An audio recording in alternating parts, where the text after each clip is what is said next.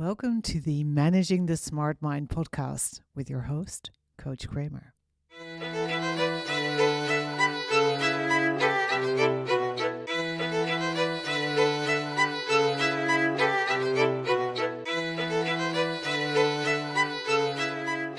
This is episode 32, Boreout.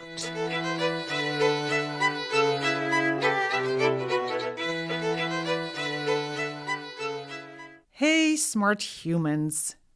This is number 2 in a series on smart people problems because, yes, it's amazing to have a smart mind, but it also comes with a unique set of challenges.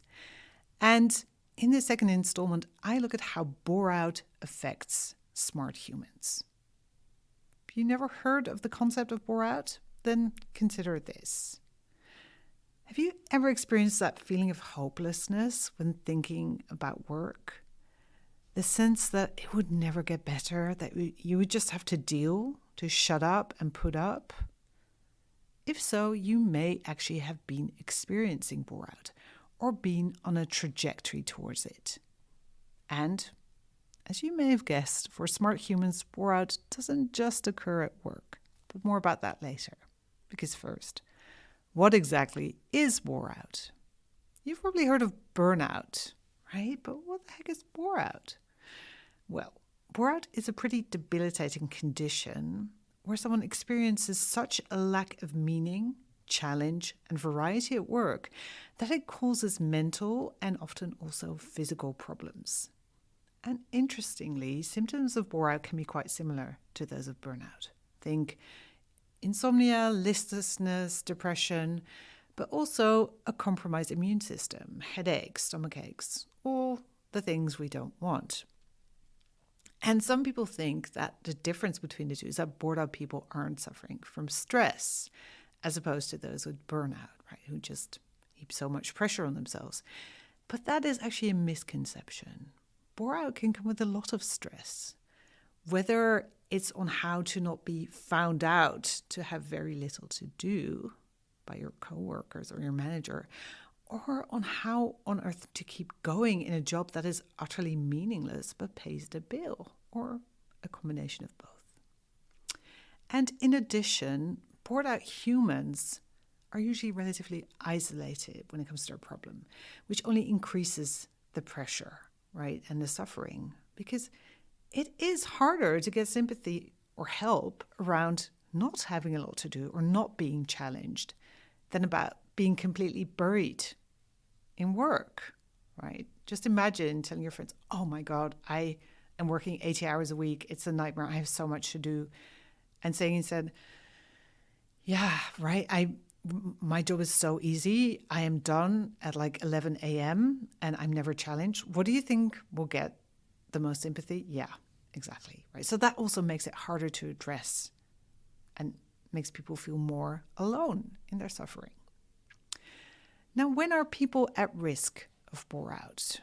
Basically, in any situation where there is a lack of interesting or challenging tasks, a lot of repetitive work, where there's no perspective or possibility for growth, where there's a lack of meaning or purpose, and a lack of agency, right? Where you perceive yourself as powerless to do anything to change your situation. You don't feel in charge at all. So in short, when you feel your job is completely useless to you, to your company, and to humanity, and you feel unable to do anything about it. Now, I'll give you some examples to give you a feel for situations in which Boreout often occurs. And first, we're going to look at mid-sized to larger companies, right? When companies or divisions are combined with mergers, for example, there can be too many people doing mostly the same thing, which leaves some with not much to do at all. And usually with good management and as the dust settles, this will be addressed. But when it doesn't, it can leave people stuck in well-paid skeleton jobs that are utterly depressing, but that they feel powerless to change. Or maybe there's a major client they've been servicing that decides to take their business elsewhere. and staff is being kept on even though there isn't a lot to do. Now, those are pretty obvious examples, as are the jobs where there's only very repetitive work that could just as easily be done by machine, right? Or where you feel like you're just paper pushing. But Boreout also occurs in much more challenging environments, especially for smart people, because they often get promoted to a level where they are no longer doing what they love. For example, creating products, but only managing and getting stuck in their experience, endless meetings. Now, on the outside looking in, they have an amazing position, right? They have plenty of meaningful work to do. They have lots of influence, but they hate it. They feel like all the joy has been taken out of their work and their life, because what they do and the daily interactions they have are no longer fulfilling them in any way. And this is a hard thing to address when your company has, quote unquote, rewarded you with this promotion. I mean, right? They've put you up on this pedestal. They've said, you go do this thing, and you actually hate it.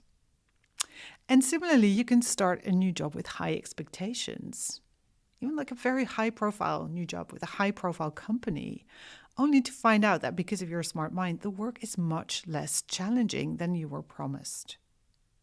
Now, what do you do?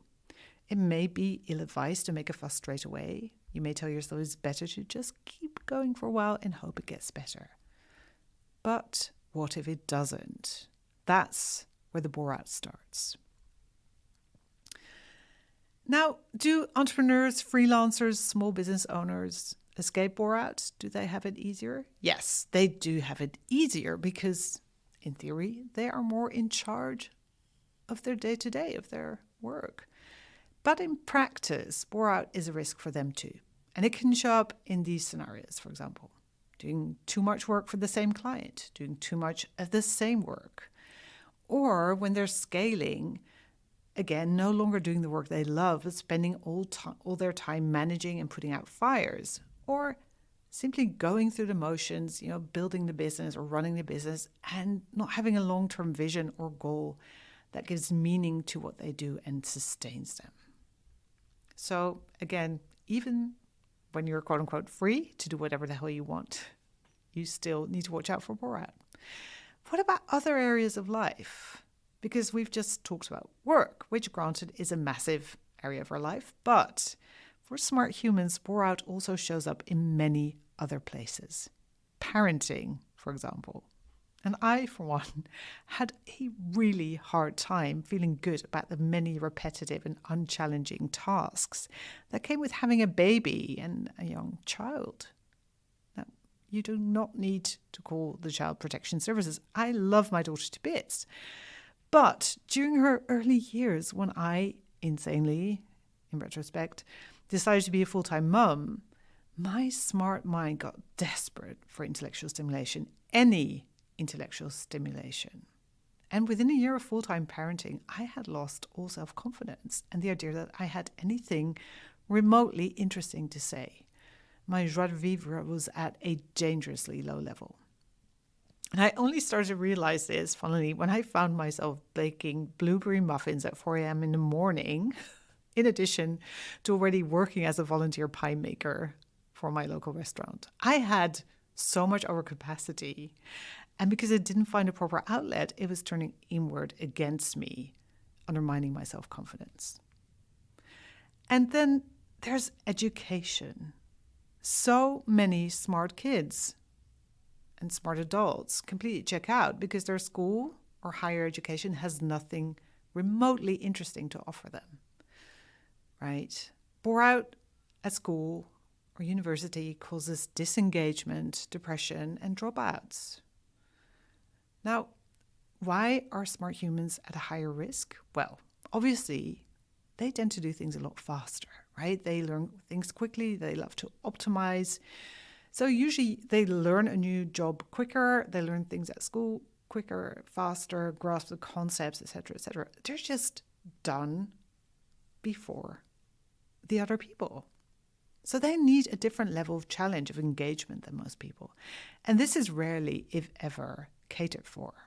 And it is essential that we create this for ourselves and for our children. And don't get me wrong, there's nothing wrong with being bored now and again, right? But lack of intellectual stimulation can turn a well-behaved smart mind into a toddler with constant tantrums. And when unmanaged, this can turn inward and start undermining all self-worth and self-confidence, which makes it even more important to catch and counteract it. So how do you recognize Boreout, and what can you do to prevent it? Because it's a bit like having a cavity. The later you catch it, the more problems it's going to cause and the more effort it requires to fix. So how do you recognize it? Well, I think it starts with listlessness, with having very low energy and enthusiasm. You just can't motivate yourself to get up in the morning to finish your tasks. You feel kind of numbed out. That is usually how it starts. And when you have these symptoms for more than 4 consecutive weeks and it's not a physical problem, then it's time to start taking them seriously, because this is not a way to live your life. And it's also important to be aware of the causes of Boreout. I've touched on them above, but here's a more complete list. Being bored at work, experiencing lack of growth, right, or opportunity for growth, lack of meaning, lack of perspective, lack of engagement, lack of challenges, checking out, no longer being present to your life, frustration, dissatisfaction, lack of professional interest, lack of felt impact or relevance or appreciation. And let's be fair, even a couple of those in your life on a daily basis are demotivating and depressing, right? So do not tolerate it. And then there's the smart self-blame and the shoulds, because when smart humans find themselves in situations like these, they can start blaming themselves by asking questions like, God, why can't I ever be happy in a job for more than 3 months, right? Why can't I ever stick with one thing? Why am I so difficult and demanding?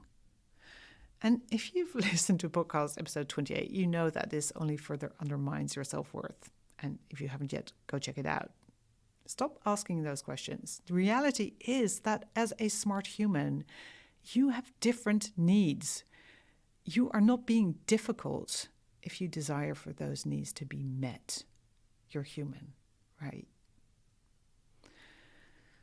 Now, if you have burnout, or if you fear you're on a trajectory towards Boreout, now I'm confusing them as well, how do you cure it and prevent it?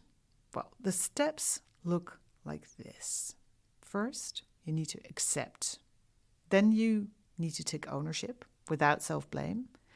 And then you need to create perspective, meaning, recognition, organize increased autonomy, and create opportunity for variety and growth. And it may sound obvious, but that first step of acceptance can be the hardest, especially if you used to love your job or career and everyone around you thinks you still do or should. When you think, I should enjoy this, I should be grateful, I should appreciate this, or anything else with a should, and check episode 30 for more on this dirty word, then you need to take a step back and ask yourself whether you need to accept that right now you're just not happy, that you're listless, and in the words of psychologist Adam Grant, languishing. And then step 2 is to take ownership of the problem without beating yourself up. Don't fall into the trap of thinking there is nothing you can do. There is always something you can do, right? You have to take the power back. You may be scared to do that thing. You may dread the consequences, but there are always options. And this is also a great time to ask for help, whether from HR, someone senior within your company, or a coach, right? And then the other steps are all about changing the work you do and your perspective on it. I call this redesigning your job, but a more common term for it is job crafting. Now, what is job crafting? It does not mostly involve glitter. It is redesigning your work in a way that works for you with your smart mind. I work with a lot of clients who have amazing jobs and careers but feel stuck. They often still like the company they work with and most of the people. They also like their salary and other perks. But they're no longer challenged in any way and they don't feel like they're doing things that are meaningful. This is where job crafting comes in. Because as a smart human, there is no need to take your position at face value. You don't need to accept it as is. You can use your smart mind and creativity to morph it into something that gives you joy. Of course, this isn't as simple as declaring, I will no longer do meetings. You can find me in my lab when you need me, right? It takes work, building an internal platform, smart communication, strategy to create the autonomy you need to craft the job that is perfect for you. But if you work for a company whose values you still subscribe to and where you in turn are valued, this is a real possibility. Again, if this is work you want to do, I strongly recommend getting external support, whether from me or another coach. And when you do, you really can achieve what right now seems completely out of reach, loving your job again. And sometimes this is not a possibility. And that is where you need to start thinking about leaving and finding another amazing position. How about other areas of life? How do you prevent Boreout there?